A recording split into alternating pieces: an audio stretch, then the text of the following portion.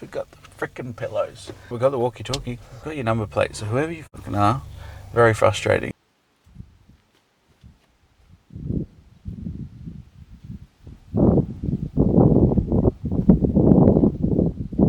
Good morning. This is D-Day and welcome to Blue December.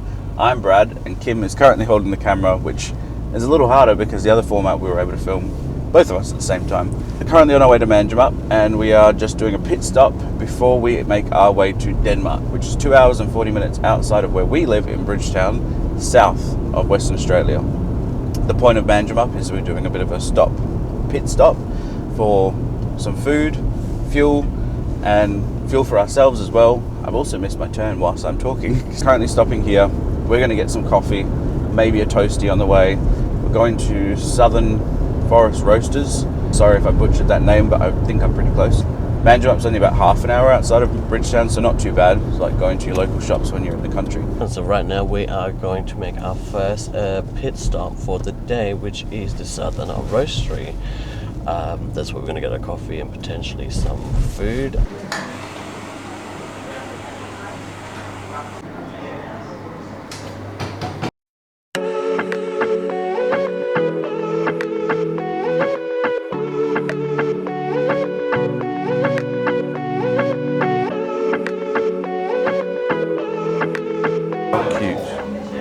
This mug. Have a look at the shirt. It's only $30. If you were ever in Manjimup, then you need to stop here at the Southern Roastery because they literally have some of the best coffee we have ever had. We prefer, well, we say we prefer, but we haven't tried all of them. The Nocturnal is amazing. And what did we try last time? Did we get Nocturnal and we got, I don't know if they've got it here. The Wildwood,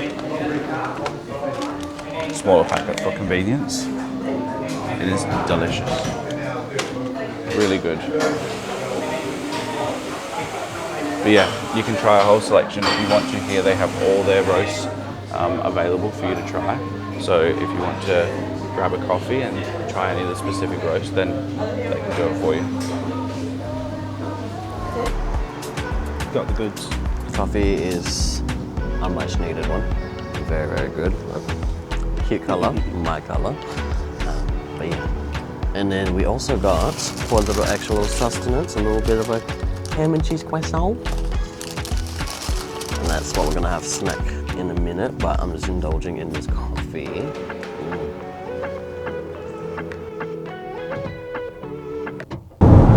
Just left Manjimup and we're now starting our actual road trip.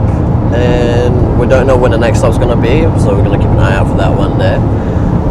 We are fueled up and filled up, and moving on to the next part. I know the reason why we wanted to start Blue December was life. We all know life has not been the easiest in the last 4 or 5 years. Pandemic is one of the things, and then the economy, inflation, all that fun stuff.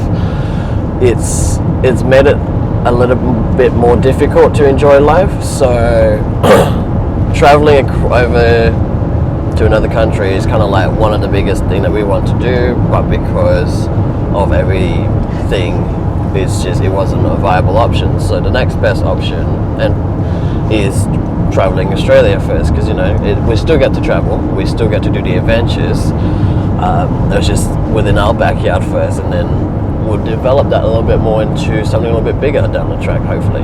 So yeah, Blue December is for an adventure journey for us, and it's just a documentation of what we see, what we do, and how we can enjoy life a little bit more. I think the thing for us as well is that it's an accountability piece to keep us in check. So if we're sort of sharing our journey, I think we're seeing it through a different lens from the eyes that we've had previously, where we could be quite jaded about things. And, as Kim mentioned, after pandemic, I think everything changed. Everyone's perception changed, what they considered important, what they didn't consider important. But then that also didn't align with what was going on in the world. So the two kind of didn't match up. But I guess the best way to combat it is, we're millennial children, so the old saying YOLO kind of comes to mind, because it is literally, you've got to live for the moment, you've got to live now. And for us, it gave us a new sort of vision for what our life could look like, instead of it just being every week 9 to 5, try to do the best we possibly can to get the most money we can to try and get a house, travel, and have the nice things that you want. But I think there's again perception change of what nice is, and for us, looking rather than so far out, is to look back inwards and go, right, like what makes us happy, and doing the small road trips in the lead up to this. I'll admit, I'm 30 years old and I've just become a P-plater. I waited all that time, which, you kick yourself now and go, I wish I'd done it sooner, but life just didn't align that way. We're now in a position where our heads are clearer, we're a lot more relaxed with life, and we're taking everything with a grain of salt. So for us, it's given us a new freedom, but at the right timing. So we are now looking, like Kim said, in our own backyard, and just testing that first. And it is just stunning. There's so much for the eyes to look at and appreciate, and these small trips just give you a little nugget of something that gets you to the next thing, and then who knows whether it grows to be something bigger, greater, grander, or whether we just continue all this. We might even end up doing the full loop of Australia. How do you feel about that? If that's in the book, I'm not going to argue, because I think what we realized a little bit more often this year is, and not even just this year, so towards the end of last year, we realized that this is an option for us to travel and do just road trips. So if this goes not just bound to just WA for now, and we just go in a full loop, I think that's something we could definitely enjoy a little bit more. I think we are finding a little bit more enjoyment out of being out in nature.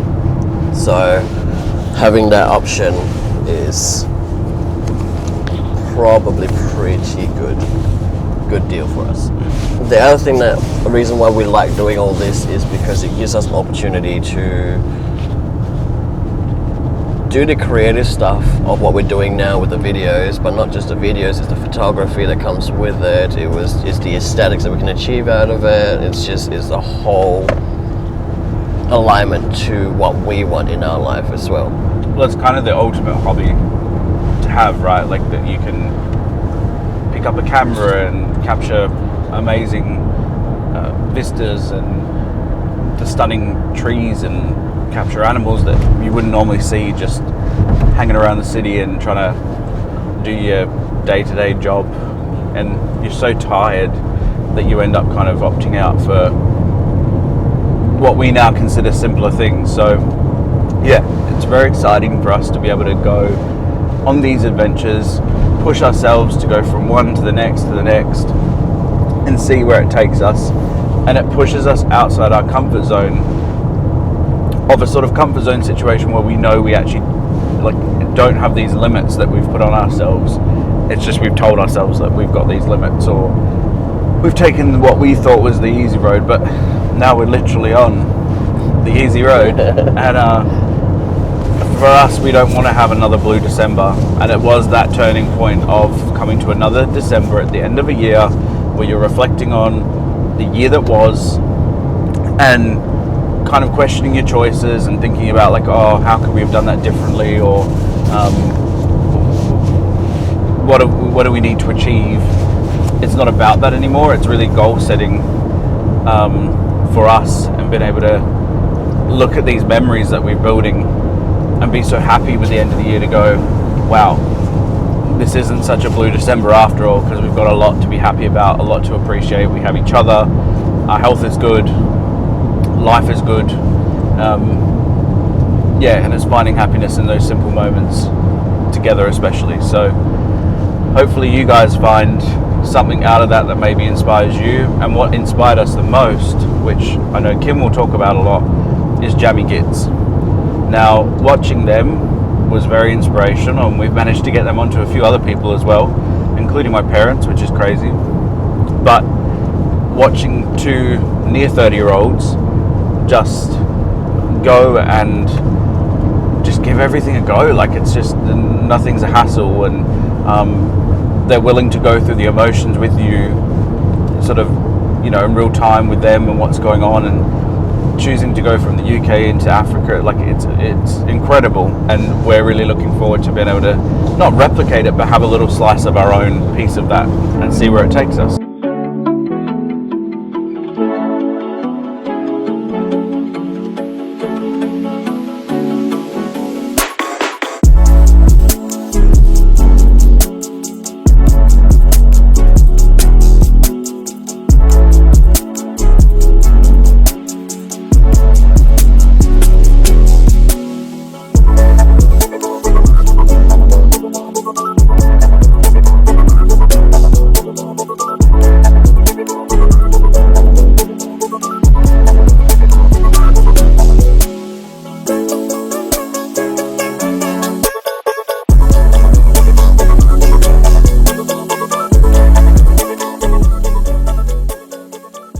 So we just arrived at Denmark Caravan, Ocean Beach Caravan.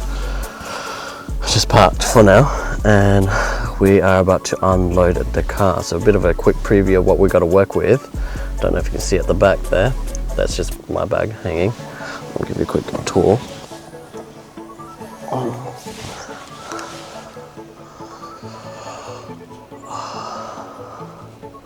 Full, but we'll get to it. So I'm going to do that now.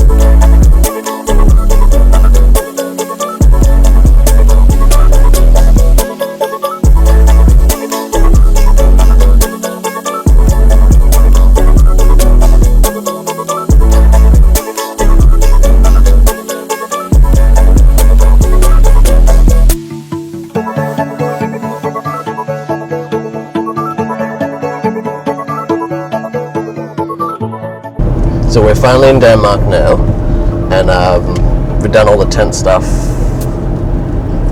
Oh look, it's about a tent. For the trade centre. And they're expanding.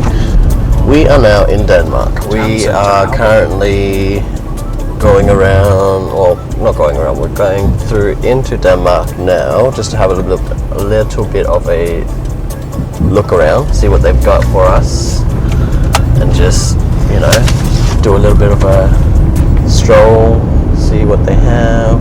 Also pick up on dinner stuff, because we don't know what we're having for dinner yet, so we're going to have to think about that one. How do you feel about Denmark so far, my love? Well, we've arrived obviously in Denmark, as Kim said, and I don't know what do you think about my life. Alright. Yeah, look, it's interesting. Look, we've obviously arrived in, set the tent up, and we are now going into what I think is the town centre. Well, it's a nice IGA. Just to get, obviously, provisions. We were going to do it in Manjimup, but time was sort of pushing on, and I was getting a bit concerned about... Oh, sorry. Hang tight, guys. We're just finding a parking. We're navigating a very tight town.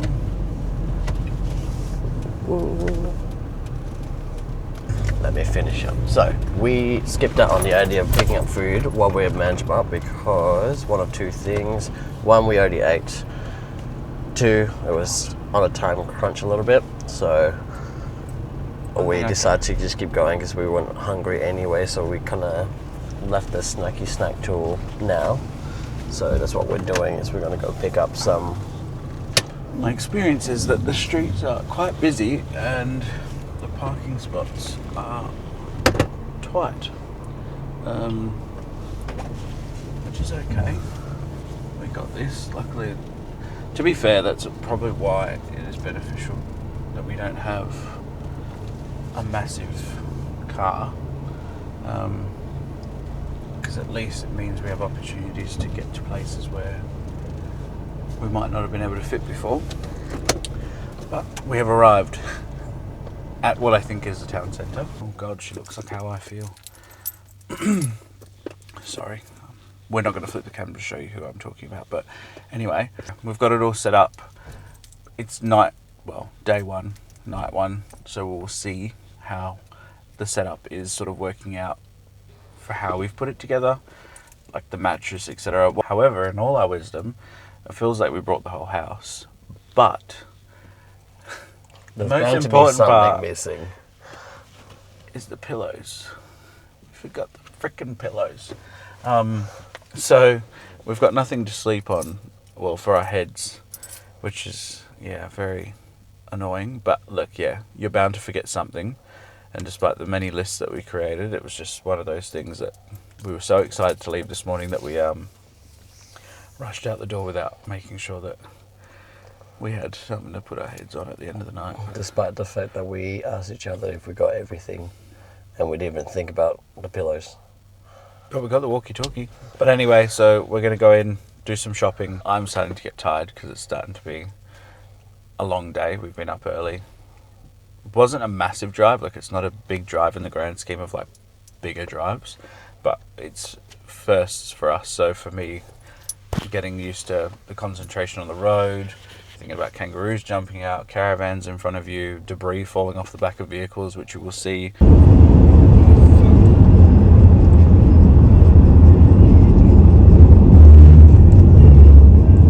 Got your number plate, so whoever you fucking are, very frustrating. But otherwise, we'll see you shortly.